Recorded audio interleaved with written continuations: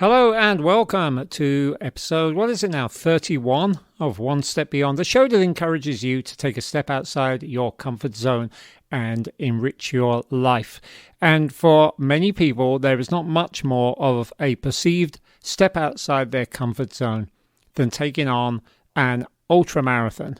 There is perhaps an Ironman. There might be climbing Mount Everest, but certainly if you are a weekend runner, and a lot of people are weekend runners, by which I mean you're somebody who goes out and jogs a few miles at the weekend, maybe does a local 5K, the thought of taking on an ultramarathon is so far off your radar that you are potentially going to think that those of us who do it are lunatics. Now, I have just come off of doing a race called Manitou's Revenge. It's here in the Catskills. It's 54 miles, as you will hear, because not every race can be an exact rounded number. In fact, it's 54 something. I just heard it described by the hosts of the Pain Cave podcast, who are experienced ultra runners. One of them, Jay Friedman, called it the toughest 50 miler in the country. The other host, Philip Vondra, who is an extremely experienced ultra runner, said, yeah, toughest 100K on the East Coast, 100K being like 60-something miles typically. Now, I know the listenership to this show is relatively mixed. Some people are athletic, some people are not. We have done shows about photographers, about people who set up art colonies, people who've just chosen to travel. It's not necessarily been about people who have done athletic things. But the main thing I want to get across, I'm jumping into this straight away, is that if you think this is beyond you, that's great. It probably is for now. But what I'm hoping to do with this episode, this show, and the one that's going to follow it, in which I'm going to be speaking with 4 people who have competed in Manitou's Revenge either this year or in recent years, and a good cross-section of people, is I want you to hear the stories that everybody starts somewhere. Very, very few of us are born athletic. Very few of us come out of the womb and start lifting weights or running or cycling. Don't think we quite have the bodies for it. There may be some genetics involved. Very often it's a matter of picking up somewhere in life that there's something that you like doing, and that as you do more of it, you realize you're actually quite good at it. You might be a little bit predisposed towards it, but it's degree of practice. If it doesn't make perfect, it certainly helps. So that's the first thing I want to say to anybody who's tuning in and says, all right, I don't want to hear about your brutal day out on the mountains doing like this crazy 54-mile day. The other main point that I'm hoping will come across in this episode, and the one that follows, is the sense of joy that you can have, if not always in the middle of doing one of these events, because to be honest, there's a reason that podcast is called The Pain Cave, then certainly afterwards, when you realize what it is that you've achieved, the tests you've put upon your body and the fact that they've come through them, and also the joy that you can have while you're out there, feeling very, very free, feeling that you are a machine of some kind, albeit just a machine, that's put on this planet by nature, and some of the laughs and chats that you can have with other people you meet along the way, and especially the sort of fun and games and camaraderie you encounter at the aid stations, which are such an important part of the ultramarathon experience. So on this episode, I'm going to be talking to Mike Siudy. He is not only a very, very good runner himself, but he is also the co-race director of Manitou's Revenge. And so by calling this episode Running an Ultra, there's a slight double entendre there, because we're not only going to talk about the whys, the hows, the wherefores of the actual running on your feet, but we're also going to talk about what's entailed in putting on an event like this. It's maybe my hope that the energy you'll hear in the exchange between myself and Mike might influence you in some small way to consider what your next outdoor event could be. It probably won't be Manitou's Revenge unless, as Mike states very clearly about qualification requirements, you're already doing something pretty serious. But there are, as you will also hear on this interview, other events that you can consider entering as an initial foray, I guess, into this ever-expanding, it should be said, and growing sport. And it's also my hope that even if you have no interest in ever running an ultramarathon, that you've listened this far with the idea that you may actually just enjoy hearing other people talk about it. We suffer so you don't have to. And with that, I'd like to invite you to either sit back on the couch if you're one of those not inclined to take on an ultramarathon, or if you're just going out for a run or a hike or something similar, put on your correct footwear. I did see a couple of people doing Manitou's Revenge in the lunar sandals we discussed in the previous episode. I think I saw one person with some form of Vibram 5 fingers. Didn't see anybody barefoot, which isn't to say it couldn't be done. And while you're at it, make sure you take water. It gets mighty humid out there. Do pack a map or a compass and be sure to let people know where you're going. And then join us as we go one step beyond.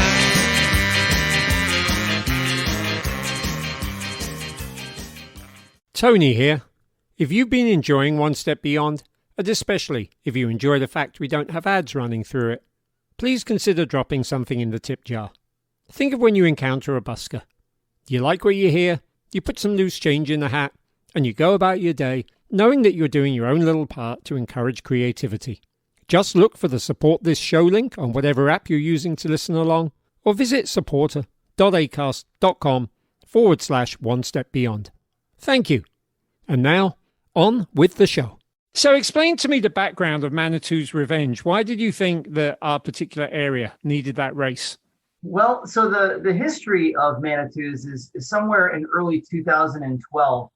I got a call from Charlie Gadel, my co-director of Manitou's, and he had this crazy idea to put on a 100-miler through the Catskills. There had been, the escarpment trail run in the Catskills for, at that point, about 35 years or so, but no other distance races. And, if you've done Manitou, escarpment is basically a sprint.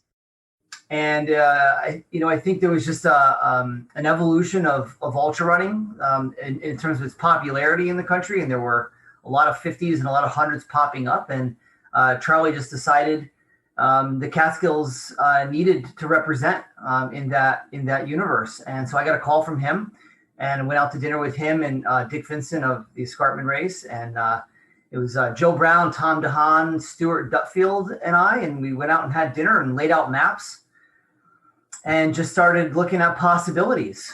And Charlie had it in his head that he wanted a 100-miler. And I don't know whether it was at that dinner or whether it was later on, but I remember Dick Vincent saying to Charlie, "Do you want anyone to finish your race?" And Charlie said, "Well, yes." He goes, "Well, then don't do 100, do a 50. And so looking at, places to start and stop, it just perfectly fell into place with this just over 50-mile distance, which is much better than just under 50. We always want to run a little bit more rather than a little bit less. And it just, the aid stations just fell into place. We're like, oh, you just every 6 or 7 miles, you have a logical place to have an aid station. And that was it. They got the ball running and we were just off from there. This is not your regular 50-mile race, is it? No. And can you describe what makes Manitou's a little bit special? Well, Manitou's Revenge is more of a long hike with some jogging, more than it is a running race. So just to, compare to other runs, I mean, people can run 50-mile trail races in 5.5 hours, at the top end, 5.5, 6 hours. The course record of Manitou's is just under 11 hours.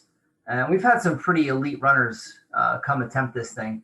The majority of the race is just not runnable in the traditional sense. You're, climbing up roots and rock ledges. You're going down similar routes and rock ledges where if you're crazy at the front of the field, you can jump some of it, but everybody else is taking their time, picking their way down through these ledges that are, ubiquitous throughout the Catskills. And then when the trails do sort of straighten out and flatten out, they're just littered with rocks. A lot of these trails are not used very much. So they tend to be a little on the overgrown side. They tend to be very narrow. You think about single track. Well, these might be half track sometimes because they are so narrow, and you're constantly, trying not to get hit in the head with branches if you're moving at a high rate of speed. And it just makes it very physically demanding, but also mentally demanding to keep your attention on your feet and the rest of your body for that amount of time. And it's just a different kind of experience than a traditional 50-mile running race. Locally, we have Rock the Ridge in New Paltz, and that's just basically you're running on crushed gravel. If I've got this right, we've got 15,000 feet of climbing on Manitou's Revenge, and then an extra 1,000 feet of descent thrown in to bring us down. Yeah, give or take. It's tough with the with GPSs. I mean, I honestly believe it's probably closer to 16 or 17 if you were to get out there, with a ruler, if you could, and somehow measure every little bit of ascent. And you are doing all of those extra feet with your body. So just because the watch doesn't record it, it's still real. Why would somebody want to take on ultra running in general and this race in particular? Well, I think to kind of get to my sort of background in running, I think it kind of can get the right person interested in doing something like this. So my background in running is through hiking. I never ran. I was not a runner in high school. I was not a runner in college. I started hiking in my late 20s as something to do in the wintertime when I wasn't rock climbing. And that's what introduced me to the mountains. And then, so when I started running in my early 30s, it was just natural that I was running the terrain that I wanted to hike.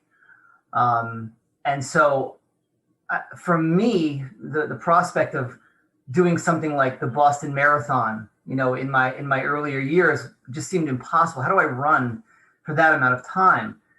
And while Manitou's is incredibly difficult, the beauty of it is you don't have to run that much. You're constantly getting a break. If you're a strong hiker, you're resting for, large amounts of the race, or maybe not resting, maybe that's not the right word, but you're using different muscle groups. You're using different skills. You don't have in my opinion, the monotony of a road race. And you don't have the same sort of issues with muscular fatigue from that repetitive motion that you would with a more runnable 50-miler. This allows you to kind of break it up. Sit down on a rock. Everybody does it. Everybody walks the uphills. A lot of people walk the downhills. It's just a different kind of experience that in some ways seems amazingly daunting, but to me, it seems almost easier in the long run because you get to mix it up so much. And as long as you keep eating and drinking and keep moving forward, you're going to get to the finish. The notion of trail running in general is that it doesn't have repetitive motion, repetitive stress. Right. That's one of the reasons I really enjoy it. And for all that something like Manitou's thoroughly beats you up, I mean, it's an incredibly intense day out. You may end up with some cuts and bruises. You may end up potentially turning an ankle. That's always a possibility, but you don't get that kind of fear that you're going to get a runner's knee, some kind of like real repetitive stress injury that you would pull off of doing a lot of road marathons. But for the most part, if you don't approach it as a race like you need to be running this thing, having somebody who goes out and hikes 10-hour days could probably hike this whole thing in, what is your cutoff time? It's traditionally been 24 hours. This year it was supposed to be 23, but we relaxed that because of the COVID issue. We thought we were going to have some wave issues. But I think Charlie and I kind of differ on this a little bit. I think that the cutoff should be a little bit tighter just because I feel for the aid station workers sitting out there at 3 a.m. But we would never bring it under 20, 21, 22 hours, something like that. It's a long cutoff for a 50-mile. What do you think is the appeal of ultra running in general? Let's take it from the other side. Let's take it from somebody who does have a road marathon or two under their belt and says, what's this ultra running all about? And they're approaching it from that rather than long distance hiking. What would you say to those people in terms of getting into a sport like this? Personally, for me, the appeal was always to try and find my limit, just to see what you can do. You can, if you're a road marathoner, you've also presumably done half marathons and 5Ks. So you understand the intensity level in a 5K. It's just everything you got. And then when you're going to a half marathon, you're going to run at maybe 90% effort and try and keep that up throughout. Whereas a marathon, you might bring it back to 80%. All you have to do is keep shifting your effort level back a little bit, and you can keep going further. And for me, it was always just about like, how much can I see in a day? I don't like to backpack. I don't like carrying stuff. I'm pretty lazy like that. I'd rather just put a couple of liters of water on my back with some bars and just see how far I can go. And if I regulate that pace, moderate that pace, it turned out with a little bit of practice that I could go pretty damn far. And that was appealing to me, just seeing as much of specifically the woods and mountains and peaks and summits as I could. It opens up doors for doing things like the Presidential Traverse in the White Mountains, the Pemi Loop, the Great Range in the Adirondacks, the Devil's Path in the Catskills. Like, you just get to have these experiences out there on the trails that, for me, it's a million times better than running on the roads. And the other thing about ultra running is the vast majority of the time, your training might be solo, but you're out there with friends. You're out there with people. There is a community that, Charlie and I have tried to foster with Manitous and our other race, the Catskill Trail Marathon. We get the same people back over and over and over again. They're friends that we see at races. But you get out there with them and you share time on trails with people. You get to learn about people. You get to share stories, and you get to laugh and talk about crazy things and talk about serious things about the world and not so serious things about the world and crack jokes. It's just that whole experience that you're going to get in an ultra running environment. I don't think there's a lot of that happening, on a road marathon. I think people are just gasping for breath and trying to suck down some Gatorade and make it to the finish line. I think that's a really, really good point. I think the first time I did it, I was having a conversation with somebody I just met. I knew the way up from the back of Willow to the top of Mount Tremper because it was my home mountain. I was like, just run with me. I know where it's flat. I know where we can run it. I was with that person all the way up the back of that. And that was sort of 16 hours into a day and still having conversations with people. And you're also very, very, very right about the sense of just community overall. Which brings in the point you've mentioned about volunteers being out till 3 a.m. I was out till 6 a.m. 3 years back when we had somebody coming in late. Another aspect of ultra running, maybe more so than road races, which also need volunteers. You need very, very fit volunteers to put on something like this, don't you? Yes. Yeah. Our volunteers, there's no way the race happens without just an amazing gang of volunteers out there. Hauling up, 30 or 40 gallons of water to an aid station. The shortest hike is 3/4 of a mile with probably almost 1,000 feet of gain. We have aid stations that are 1.5 miles, 2 miles in. They're hauling up all kinds of fluids, food, snacks, first aid equipment. You name it, they're hauling it out there. And so when you're, running through the woods and you're 17 hours in and you're about to pass out and you're delusional, oh, there's a little oasis with people with Coke and potatoes, and watermelon. They haul watermelons into the woods. These people are crazy, and we absolutely love it because they get into the help aspect, the aid aspect of the race. They want to be there to support these runners. Even if they're not runners themselves, we get a lot of people that don't do this stuff. I mean, they're fit, but they're not ultra runners, but they just think it's such a crazy, amazing event that they volunteer year after year after year. We've had people spend their own money making a big banner for Dutcher's Notch, for Manitou's Revenge. We don't even, to this day, I don't know who made it. I don't know. Someone just spent like a couple $100 making this crazy banner. I was shocked. Carried out in the woods. I was shocked to see that. I know exactly what you're talking about. It said Phoenicia 43.7 miles. Yeah. I don't know who made that. I swear I don't. Right. I mean, it was encouraging. It meant I got 10 miles under my belt, I guess. It's a little disconcerting to see you have a fair old ways to go. But do you ever have any problems getting volunteers? So far, no. I mean, Charlie manages that. He's really good at wrangling people. Every year we get new people that want to come out and volunteer. We've had people that do it year after year after year. We have a lot of runners like you that run volunteer year, run a year, volunteer year. We are forever indebted to those dozens and dozens of people that come back year after year to help us out. Now, you've run this a few times and you've kind of undersold yourself, Mike. You're an extremely good runner. What do you like about your own race and what do you dislike about your own race? Well, one, I like that for 6 of the 8 years I was able to run it and co-direct.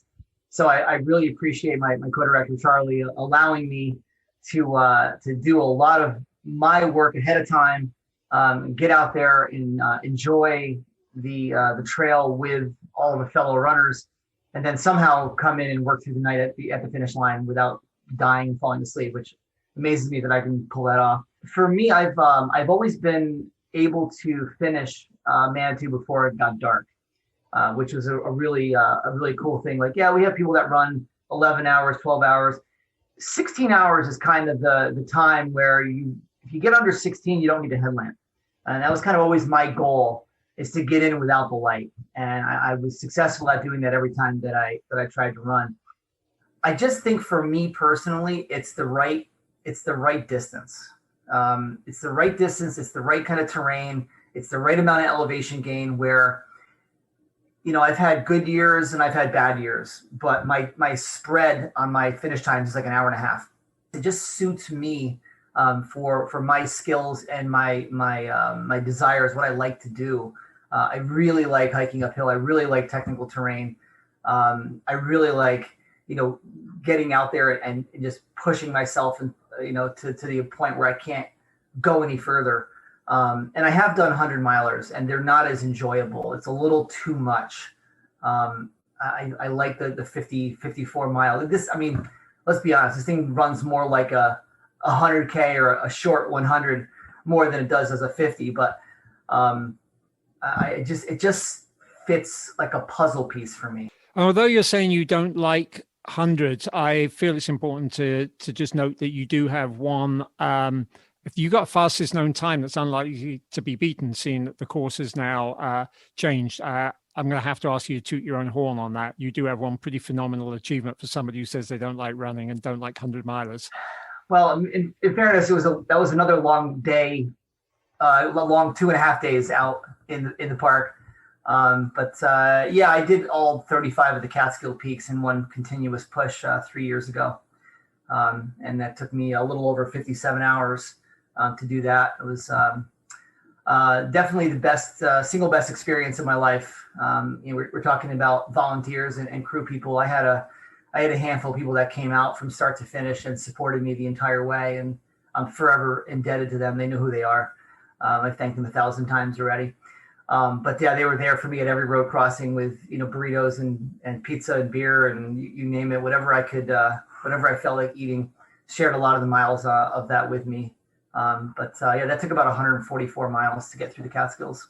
Yeah, that's pretty phenomenal. I think I asked you just last week, what did you say? You slept about an hour and a half total during that time? Yeah, the first night. So I started around 5 a.m. on a Thursday, and I went through the night. And just as it was about to come sun up on Friday morning, I got to my camper and I jumped in bed for about an hour and a half.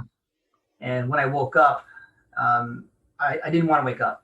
I was questioning like why I was there, why I was doing it, what I was trying to prove, filled with self-doubt. I'd already done, 50, 60 miles. I forget what the numbers were at that point, 18, 19 mountains. And I just want to go back to bed. I was so sore and achy and tired and hungry and just absolutely miserable. And then I realized that I've got 3 friends that are right there, like sleeping. Like my friend Mindy was curled up in the dog bed in the back of my truck, like ready to help me out. And I said, I have to. I'm doing this for the people here that are helping me. I've got to keep going for them, because if I don't, they'll never help me again if I ask, if I quit. And so that was a pretty phenomenal experience for me. But once I woke up from that, I'm like, I can't sleep again. Right. I gotta finish. Okay. Do people take power naps that you know of on Manitous? I've heard of people taking power naps by accident. No, I definitely have heard of some people at aid stations, like, sitting in a chair and and trying to, get a rest, but I don't know about any proper sleeping. Maybe through the night. I don't know. I have not actually heard that. I know with a lot of 100 milers, you hear about like, oh, I just curled up on the side of the trail and fell asleep for 10 minutes. And I think if you're with Manitou's with a 5 a.m. start, if you're taking a power nap at 2 a.m., I think you're not going to finish. Correct. It's just the timing doesn't really work out to get that tired at that time of day and then somehow bounce back and recover and get through. I think if you're in that much of fatigue deficit, I think you're going to get cut at an aid station. Right. And that's an important point to note. There are cutoff points on events like this. It's not just 23, 24 hours overall. You have to pass through certain aid stations at certain points for very good reasons. Otherwise, you're just going to be out there even longer, and then people are going to have to find you. Similarly, not just anybody can enter something like Manitou's. And for a lot of ultramarathons, there are entry qualification requirements. Just very roughly, what does somebody need to achieve to be able to get into Manitou's? Generally speaking, 50-miler with a good amount of elevation gain. We like to say a 50-miler with 10,000 feet of gain. You've done something like that, you're definitely in, or something greater. If you've done 100K or 100-mile. We do make exceptions for certain people that have more impressive resumes. But yeah, generally 50 miles or more. This is not the kind of race where you go out to see if you can do it. That's not what this is for. Let's be honest, there's two good places where you cross roads where extraction is easy. Every other extraction point is very, very difficult. And if you get to an aid station and you can't go on, you might have to wait for 3, 4, 6 hours for that aid station to close, for them to then walk you down to one of their cars to drive you back to the finish. And you're going to be carrying stuff from the aid station. It's not a good situation to drop unless you're at Palinville or Platte Clove, at a road crossing. So that's why we have those very stringent requirements in place. But at the end of the day, we also then, by having these strict requirements, we get the right kind of people, we get the right kind of field, we get the right attitude, we get people that are looking for a hard effort. We don't get people that are looking to cut corners. We don't have to worry about people, cheating or cutting a trail or something like that. We don't have to worry about any kind of bad sportsman-like behavior. Like, you don't hear a single complaint that a runner was doing something bad. We weed those people out with the the requirements getting into this. You only get serious runners that are really interested in testing themselves in the best style possible. Now, having said that, I think there were 95 starters this year, and you had 20 people post a DNF, which stands for do not finish. And I believe that was a record both in numbers and as a percentage. What would you put that down to, Mike? It's tough to say. We always have someone that rolls an ankle, or someone that just isn't feeling well at the beginning of the race, and we get a couple of those. We always get a couple of those every year. We tend to get a lot of people that drop at Platte Clove. That's about the 30-mile point in the race, and it's just the time of day where you've now experienced a couple of hours of the heat. I mean, it's always late June, so even on a cool day, it's 80. The humidity is always high. And coming into Platte Clove, you have like a 9.5-mile stretch between aid stations with a climb over the shoulder of Catskill High Peak. It's just a very, very difficult climb. It just never ends. It's like 6.5 miles up before you start going back down. Muddy, It's really, horrible. Absolutely a terrible trail. It's miserable. It's miserable. It's my least favorite part. And I would actually say if all the Catskills were like that, I would never be on the mountains. Yeah, it's terrible. I mean, there is talk of rerouting that trail onto some more, manageable terrain, because it's an old snowmobile trail. And it's just a muddy nightmare. But yeah, it's hard to say why we had so many DNFs this year. There's theories. People are like, "Oh, it's COVID. They didn't get their training in. People haven't been racing because of COVID." It's hard to tell. I think in the morning it was fairly cold and kind of clammy. And I think it may have played tricks on people's internal body temperatures by being kind of cool and with a high humidity. You're sweating, so you're cool early on, which kind of lowers your body temperature. And I think once it warmed up, I think it warmed up very quickly for a lot of runners, and they were not managing that properly, either with too much fluid, too little fluid. It's hard to tell. It was an amazingly humid day. I've hiked and run in all kinds of conditions in the Catskills. I've rarely known the humidity to stay that high all day. Yeah. And I think that you're probably right. It's another conversation, not one that we need to get into in detail now, but managing your food and liquid intake is both a science and an art, and slight differences can set you one way or the other. Yeah. You can I had a sort of an upset stomach all day, but I lived with it. But I did take the right amount of liquid, so I never felt in danger of dehydration. I probably erred in that sense on the side of caution, but hey, it meant I was able to finish strong. And I do suspect sometimes people think they can go out with a minimum of liquid and they'll just bounce from aid station to aid station. As you point out, there's up to 10 miles between some of these aid stations. Yeah, multiple hours. You're talking 3-4 hours in between aid stations. But also, you mentioned that hydrating and eating is a bit of a science and an art. Don't forget that it's like 95% luck too. Like just picking the right balance on that day. You're like, I think I know what I'm doing. This worked last time, but it might not work today. It's you get lucky if things all play out as planned. Even with years and years and years of experience, you still can mess it up very, very easily. Thank you for that reminder. What does the awards podium look like at an ultramarathon like this? What does the awards podium look like in terms of runners, or? Yeah. What does somebody get for finishing first at an ultramarathon like Manitou's Revenge? Let's see. What did they get this year? I think a pair of trekking poles, a headlamp. Prices are pretty low. It's more of a self-satisfaction. We do offer cash prizes for breaking course records. That is up there, but it's that doesn't happen too often. I actually had no idea that the winner even got trekking poles or a headlamp. I'm actually thrilled that you give us a T-shirt and a pint mug, which is more generous than the escarpment run, which you need to run 100 miles. Every 6 years you get a free shirt. So ultra running is not about medals, is it? It's not about medals and trophies, right? It is about a sense of satisfaction and completion. There are a few races out there with some big name sponsorships, but our sponsors are like, Rock and Snow, the climbing place in New Paltz here, and like Bread Alone Bakery. It is completely grassroots. There is no big name sponsorship here.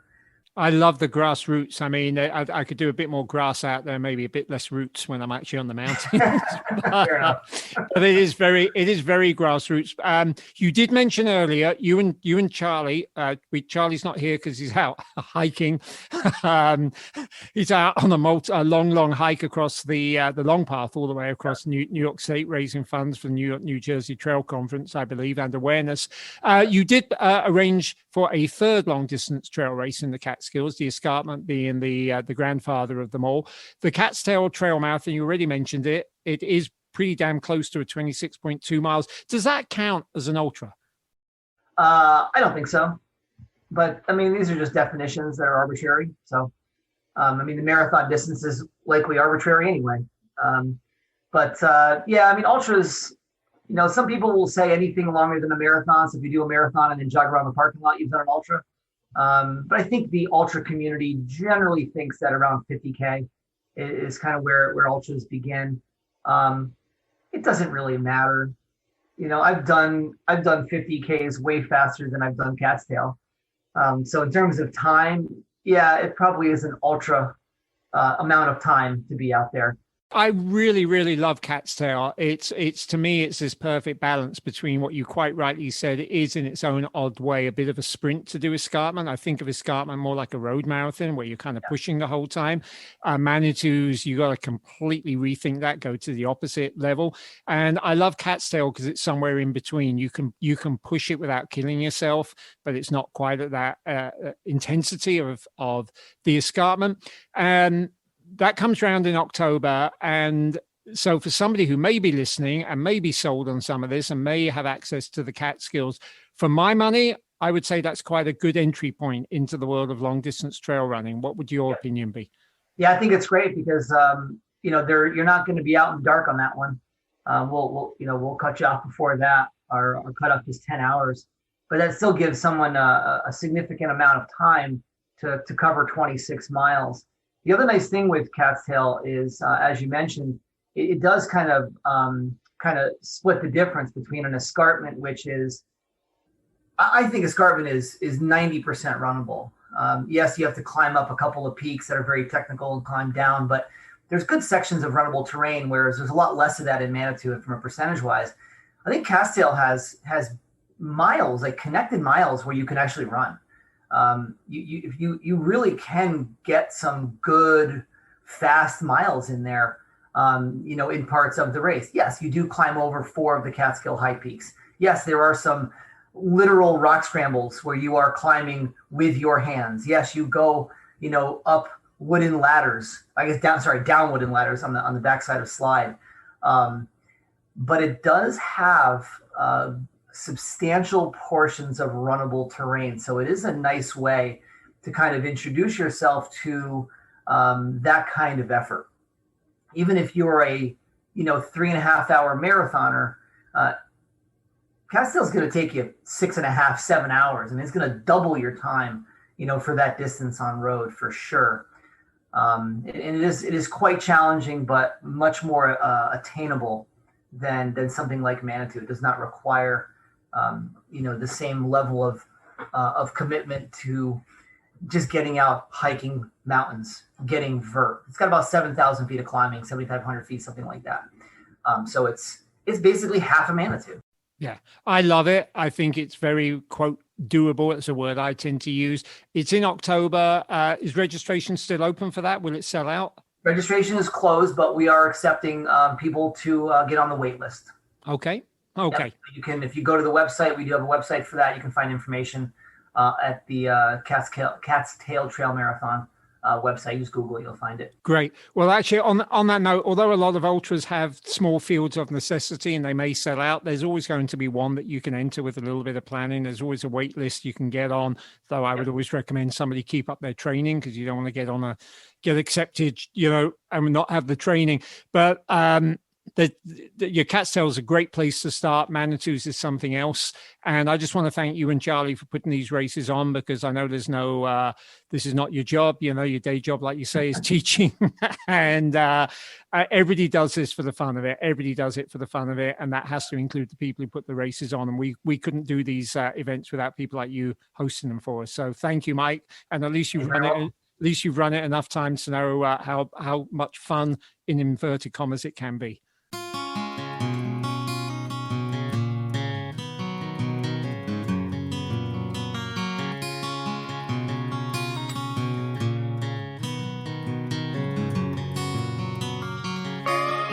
You can find all kinds of information out about Manitou's Revenge, including the qualification requirements for 2022 at manitousrevengeultra.com. Alternately, you can go to the Facebook page, which has a lot of photographs, which are always fun, and that is Manitou's Revenge Ultra. Also, Manitou's is spelled Manitous, and in case you were wondering, it's an Algonquin word, and from what I understand, the Wall of Manitou is effectively what the Algonquins would refer to themselves as the Wall of God. So Manitou's Revenge is really about this escarpment wall of the Catskills getting its own back on us. I'm not going to give you any great big blow-by-blow, mile-by-mile, mountain-by-mountain account of my own Manitou's Revenge this year. I think it's enough to say that I did indeed complete it, and I think it's even more important that I felt like I bounced back reasonably quickly. We had a local timed mile come up in the next week that I felt the need to do, and then our local trail races started up again, and now the escarpment trail run, which you heard mentioned a couple of times in this show, we are having to do that virtually this year, but I only have until the end of July to put in my time, having done it self-supported last year. when it didn't count for anything. I dare say I can do it again this year, where it will count as qualification for 2022, which we're all really looking forward to, because it will have been a 2-year absence by then for the granddaddy of the Catskill races. One last thing I want to say about all of these events. Manitou's maybe in particular, because of its length and the amount of time that people are out there, volunteering is enormous fun. I've done it twice. I enjoyed it in its own way every bit as much, and I got just as much satisfaction from doing that as I did from running. It's not just about giving back. That's actually a kind of a selfish way of looking at it. It's actually just about having your own wonderful adventure with other people at an aid station and serving as some kind of like fan club, supporters. It's almost like going to a sporting event to cheer on the competitors, but being able to actually assist them in their endeavors. So I just want to leave you with that. If you're not ready to race one of these things, please consider signing up as a volunteer. It might be just what gets you over the line. And if you did enjoy this show, you will definitely enjoy the next one, in which I have a panel of 4 people who have competed in Manitou's Revenge: Cheryl Wheeler, Max Gruner, Alana Moss, and a new friend I met out on the course this year, Benno Rawlingson. They will be offering tips and tricks. They will be sharing some memories, some enjoyable, some painful, and we had a number of laughs along the way. Until then, take care of yourselves and do your best to stay active.